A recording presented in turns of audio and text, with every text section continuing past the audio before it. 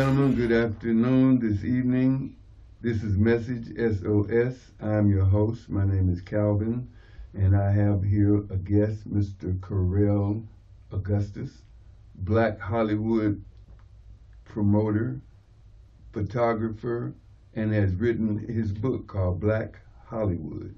And this is a great book, tabletop book, very interesting. And so, Mr. Augustus, how you doing today? I am well, thank you very much. How are you? I'm doing great. Again, God woke me up this morning, and we're sitting here together. We're doing something positive, and 100%. Talking about your book. I'm excited about it. Yes. I'm excited to meet you. You too. Thank you so much. Yes, sir. Yes, sir. Yeah. So now, what possessed you to write and photograph? And this book. Yes. So, what possessed me to do it? Obviously I'm a black man in the United States of America, and I just reflected on growing up and watching TV and media, and when I started to study photography, I started to realize how much imagery sort of affects how you see yourself in the world, yeah. how you visualize yourself. And it's not new. It's been happening for millennia.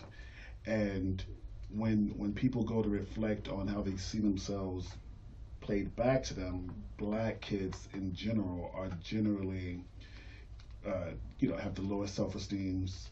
They only see themselves as welfare recipients or gangsters or murderers or single mothers or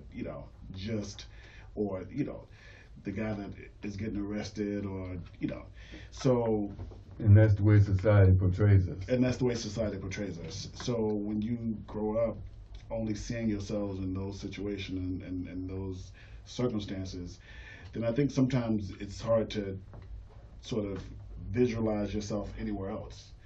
So this photography book, I did some writing in it because I had to put some of the photographs into context, but for the most part, it's imagery, right? It's images. I wanted kids in particular to see the possibilities. Yeah, beautiful pictures.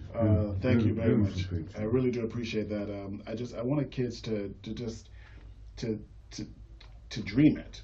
Yeah. And if you see it, you can dream it. If you dream it, you can be it. And so this is sort of my response to that, and my ode to giving back to the community that way. Right. It's a book for everybody, because I think not only black kids tend to be directly affected by it, but it also can be a lesson to teach. Yeah. Other people. Truth, educational, and knowledge. Right. Yes, So if you happen to be a little white kid and you see, it's different from when I was growing up and from when you were growing up, and there's slight differences. White kids pick black people as the heroes now. Yeah. So that's something. That's incredible. So this is just sort of at this space in my life and where I am. I just wanted to put this out there to sort of join that, because it's not just it's for black kids to see themselves, but it's also to teach white kids and white people that we are talented and beautiful and human and worthy as well as everybody else. And don't let that non-imagery, that because you didn't see yourself, you didn't let that stop you. Oh no, that actually fueled me more. I grew up watching the Dukes of Hazzard, and I grew up watching the Goonies and Dirty Dancing, and I didn't have the luxury of seeing people that looked like me, but I enjoyed the films, but it always felt like I was on the outside looking in. Yeah. Like, it was great to watch those people go on great vacations. It was great to watch those people have great adventures. Because we weren't going. Because we weren't going. We were just going to turn our TV off and go to bed, right? And you were never going to get to have this adventure. So, so and that was probably never really spoken about, but it was definitely a sentiment. Yeah. Like, you just turn the TV off. You're like, okay, that's not my life, and it's never going to be my life. Right. Dreaming. And I don't know how people who don't look like us, I don't know how they sort of were affected by that, but based on everything I've heard and people I've spoken with, it always felt like it was within reach for them. Yeah, right. Right? And for us, it was like, oh, that was a nice fantasy, and I'll go to sleep now. Got to be a cook or a janitor or something. You know? Yeah. You got to be a cook, you got to be a janitor, you got to be a maid, you got to be, not top billing. Right. My grandmother was a maid. I watched my grandmother work her hands to the bone. I don't know how this woman, I didn't watch her sleep at all. Right. So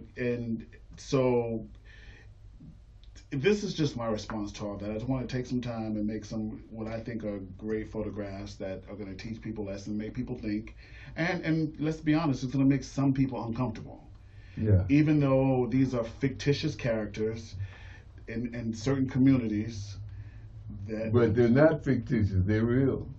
Well, it's real. It's real to see. It's real to see. It's tangible to see. But I actually chose not to focus. I think I did maybe one or two real people, because I've gotten some pushback, which I sort of expected, because people care about these ideas. And what are they saying? They're saying, hey, what are you trying to say? What if I did? That's one of the things I've heard. And I'm like, well, if you have eyes and you can flip through my book, you see what I'm saying. Right. The question is, how do you feel? Okay. Because it makes you feel a certain way. I'm not a therapist, so if you need to discuss with someone how you feel, then call your therapist and say, I just saw this book on black celebrities and now I feel kind of awkward. Right. Help me through it. Right. Because I'm not a therapist. I'm an artist. Right. So yeah, I've heard, what are you trying to say? I've heard, what if I did a book called White Hollywood? You already did. So, but they know that, right? They know that. They want to argue with you. And I am open to have any conversation with anybody on any topic at any given time. But stupidity, I will not give myself to. Right. So this is what I say now. If you want to do a book called White Hollywood, this is America, do the book. That's correct. Nobody's going to stop you. Right. Freedom of speech. Freedom of speech. Freedom of expression. Do what you want. I can't answer that, but you don't really want me to answer that. You want me to sit here and feel bad or try to understand where you're coming from, asking me, what about a White Hollywood book? Yeah, I want you to explain something. Yeah, and if you don't know, that's already implicated just by saying the word. The reason I have to say Black Hollywood is because if I don't, somebody's going to pick up the book expecting to see white people. Right. I had a guy say to me, as a photographer, when he was flipping through my Instagram, he goes, hey, you have a lot of black people on your Instagram. I said, well, I'm black. Right. And I'm a photographer. I like photographing people that look like me, and, I think they're beautiful, and we have all these skin tones, and of course I photograph white people, but the question is, how many white photographers that photograph 99% white people are told you photograph a lot of white people? None. Because for whatever reason, that's a standard. And they don't know how to photograph black people. Well, that don't stop black magazines from hiring them. So it's just, once again, we always have to, it's awkward for people to go on Instagram and see predominantly black people, because it's not normal. Too many black people in one place. Something going on. One black and it goes Disperse back to the crowd. Right. It goes back to that thing of, I need to call my therapist because this is not normal. I'm not used to this. Why do I feel this way? Well, that's white privilege there, man.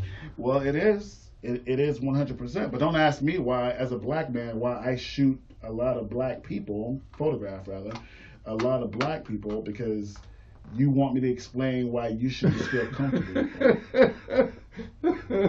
And that's absolutely nuts to me. Yeah, I'm laughing at that. Yeah, it's bizarre, and it's happened. So when you ask me what some of the things I've heard, those are some of the things I've heard. Yeah, right on. So and then I thought interesting that you chose the profile of the people that you were shooting, the same profile, such as like Miss Streisand. Yes. Yeah.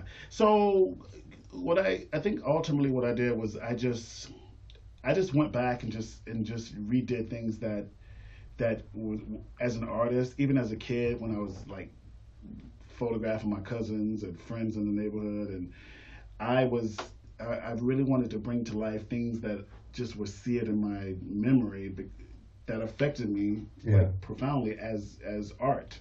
Yeah. And being a product of the 80s, I was sitting in front of TVs and doing the dance steps and watching the Michael Jacksons and the Janet Jacksons and the Madonnas and George Michael's, and it was so image driven. Mm-hmm. And so that's when I started noticing lighting, and I started noticing hair and makeup, and I wanted to sort of emulate what they were doing behind the camera. Yeah. And so a lot of these pictures, I remember seeing that Barbra Streisand shot, and a couple of people have redone that shot, but nobody has ever redone a black person at it. So this thing is going to cause some waves and some controversy, but that's what it is. It is what it is. It is what it is. Yeah. And the woman that did that is Adina Porter for me, and she is an incredible actress. She's been nominated for Emmys.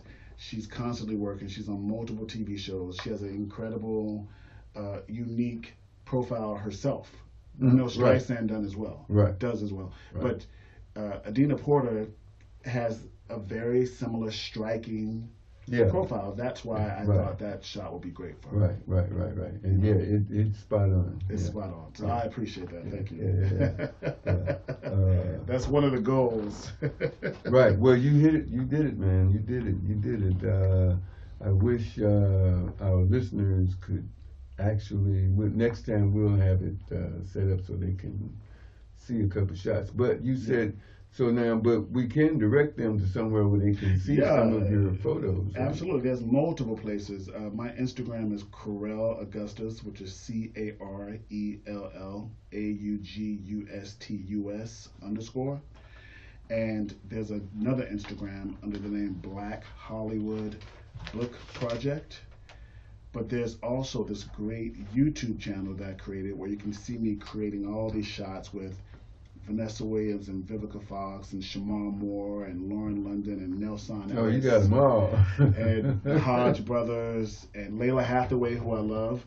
And that YouTube channel is Black Hollywood Book Project. And it's all tied together.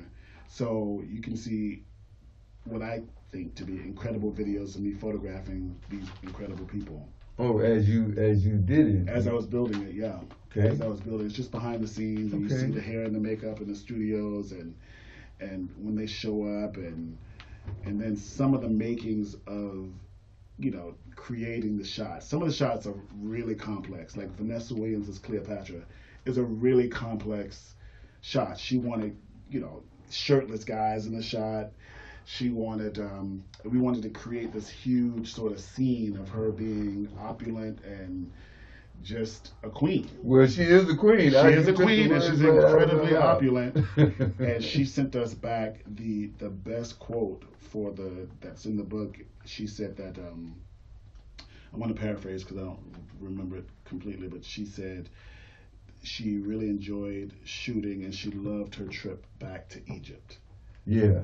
And this is the first black, let's just point out, she's the first black Miss America.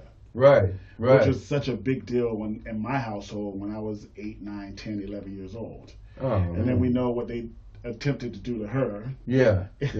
6 weeks before she had to give the crown up anyway. But she just, I don't know how many former Miss Americas you can name, but that's the only one I know. That's the only one that I want to remember. Touche. Yeah. But she just carried herself with such grace and she didn't let it get her down. Right. She gave the crown back, and then she just kept pushing with the albums and #1 hits. Bigger than life. And Broadway and movies and Tonys, and I just think that, sometimes I look back and I'm just like, wow, I got to photograph the first black Miss America in my book. And by the way, just to give you a little bit of information about this book, this is the only book or art in this format with this many original photographs of black people. In one place. In one place. Yeah. So I think that's something that, should be acknowledged and said. That's great. And The first, yeah, of course. Yeah, we got black movies, obviously, but, black celebrities being pulled together. I think I shot, 75 people. Yeah. To be pulled together in one space to celebrate. I wanted this to be a celebration. It is a celebration. This is the book that goes on the coffee table when at the party. If you're sitting on the table, you pick up the book and forget about the party. You don't forget about the party. You might get in a couple of arguments with some folks, so be ready.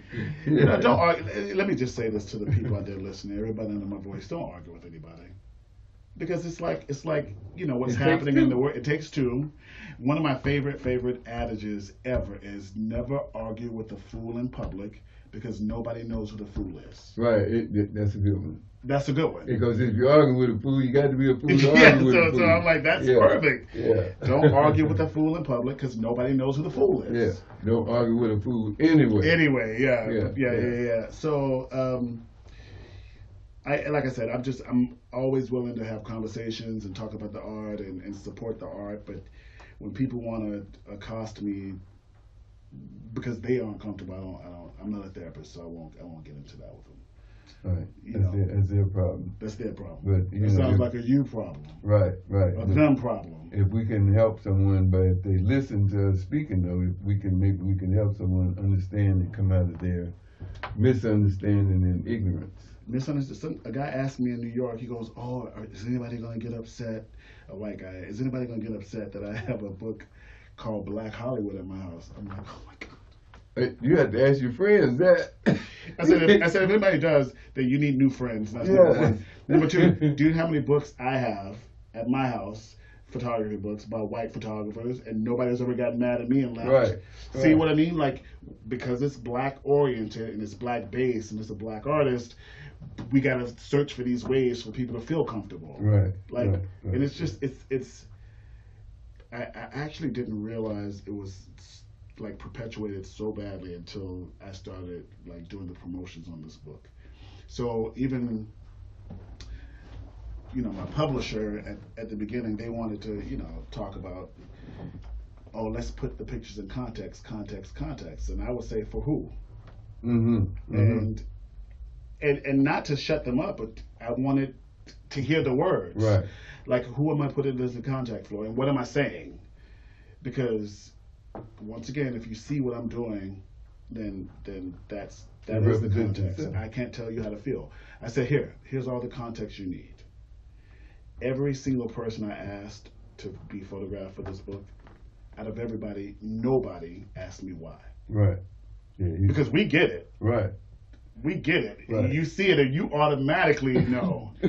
I guess other people gotta feel comfortable and gotta, you know, whose grandmothers loved Audrey Hepburn, who was the cover of the book by the lovely and beautiful Amber Stevens West. I guess if somebody sees a black woman portraying Audrey Hepburn, they might have a nervous breakdown in some cases. Once again, I'm not a doctor, so you can call your doctor if you do. Yeah, that's those older people there. Yeah, you know, because they you know, they hold these characters and these people in such high regard. And how dare you turn her black? Yeah. Oh, you know it's coming. Yeah, that's. But I'm pretty succinct, and I could, you know, talk about myself through stuff, so I'm not worried about these folks. Yeah. You know, a little controversy never hurt nobody. So what was the? You grew up in South Carolina. I grew up in Columbia, South Carolina, born and raised. Yes, sir. And so, what was your first recollection of racism? When did you notice? The first thing that happened, I remember we used to go to see my great grandmother in Aiken, Sally, which is this really like remote, tiny town that I didn't realize that we were in the country in Columbia, but we referred to that as going down to the country because it was so tiny and so small. Is that by Goose Creek? What about Goose Creek? Oh, I'm not. I have to look. I'm not. No, but go ahead. I don't want to stop you. Yeah. I'll look into Goose Creek, and I was with my grandmother and my mom and a bunch of my cousins, and I think another aunt was in the car, and we were trying to get to a third destination, and we had gotten lost. And they wanted to ask for directions, and they pulled in a yard, and there's a truck with a big Confederate flag on the back window of the car. Wow. And I was like 8 or 9, and I remember them saying, "Oh, we got to get out of here. Let's go. Let's back out. We want to make them upset." And I didn't know what that meant. Right. I didn't know what the implication was as an 8-year-old. Yeah.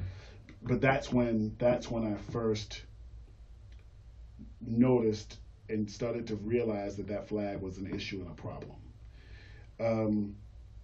And then, of course, you get 13, 14, 15, and somebody calls you a nigger, out of anger and frustration, and we chase them down and they run, and white kids.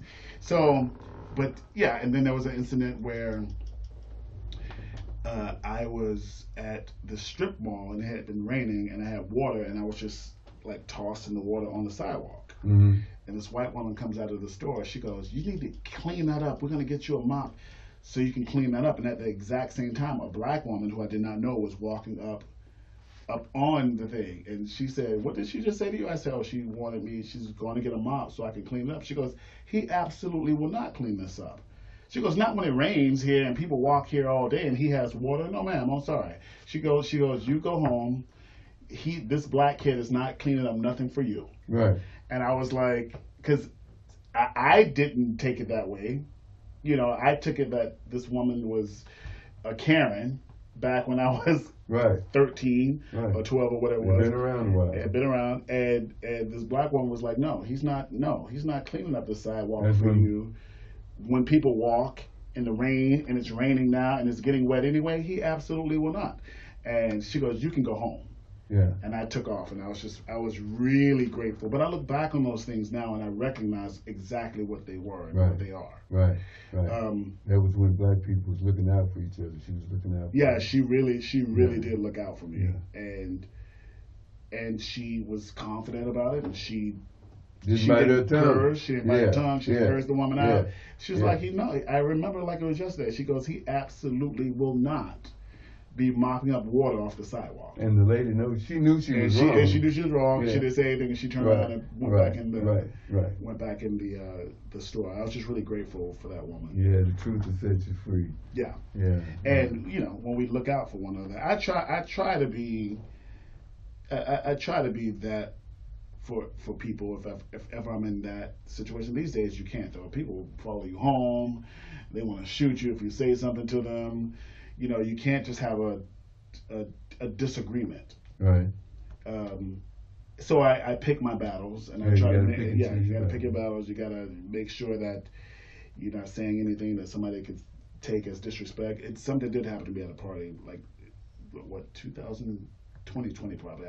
I couldn't believe it, and it was at the hands of another black guy, but I had to de-escalate it because I was not trying to be offensive to him. I just made a statement, and he was like he and I are like one of 6 people at this big party. Everybody else is white. I'm like, are we really gonna do this? Right. We really gonna do this?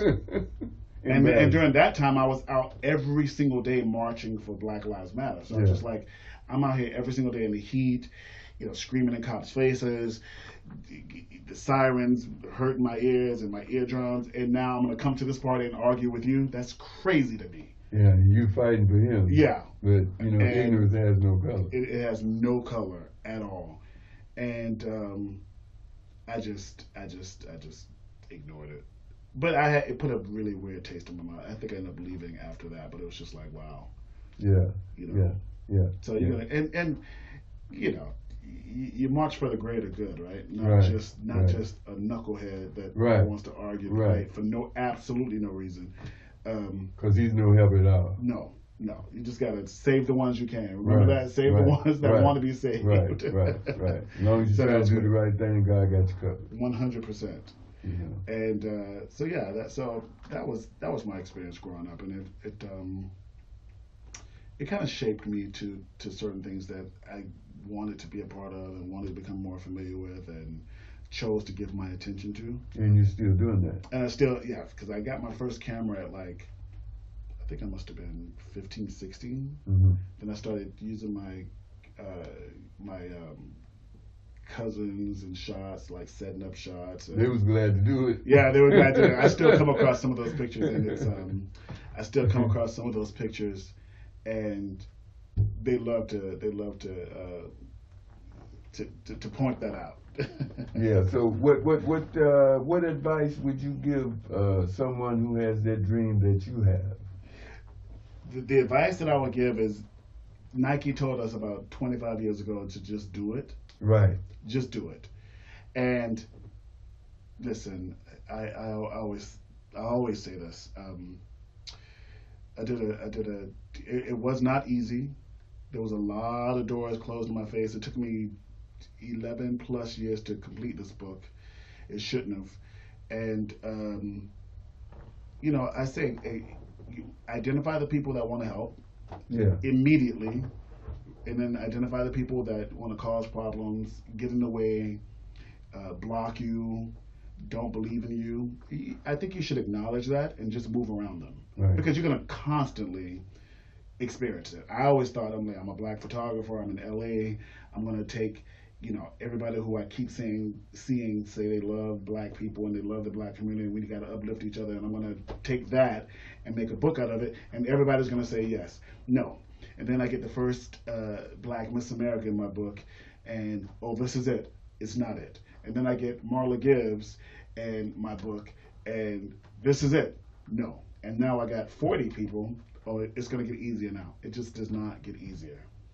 You get a publishing deal, still not easy.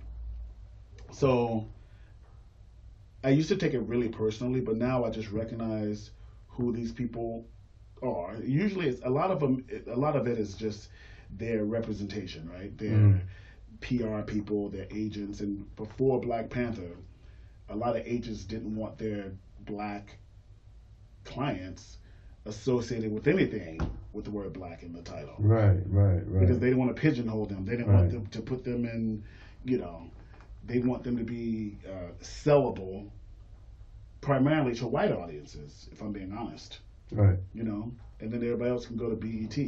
Right. And you are a veteran. I am a veteran of the United States Army. Yeah. Thank you for your service, Marine sir. Corps. Thank you for your I wasn't service, that tough, but you're tough, man. You're tough. They're all tough, all of them. You got to be tough to go in there. You got to be tough to go in there. Yeah. And I'm glad I did it. It provided a structure for me that I probably needed, and got my first real camera in Germany where I was stationed, and just pursued it from there. And bought a car and brought it over and used that to come to Los Angeles or Santa Barbara, and just started pursuing my dream. You worked. You had a plan. Yeah. Hey, tell the people how to get in touch with you again. Give them your guys. information. So again. please tell a friend.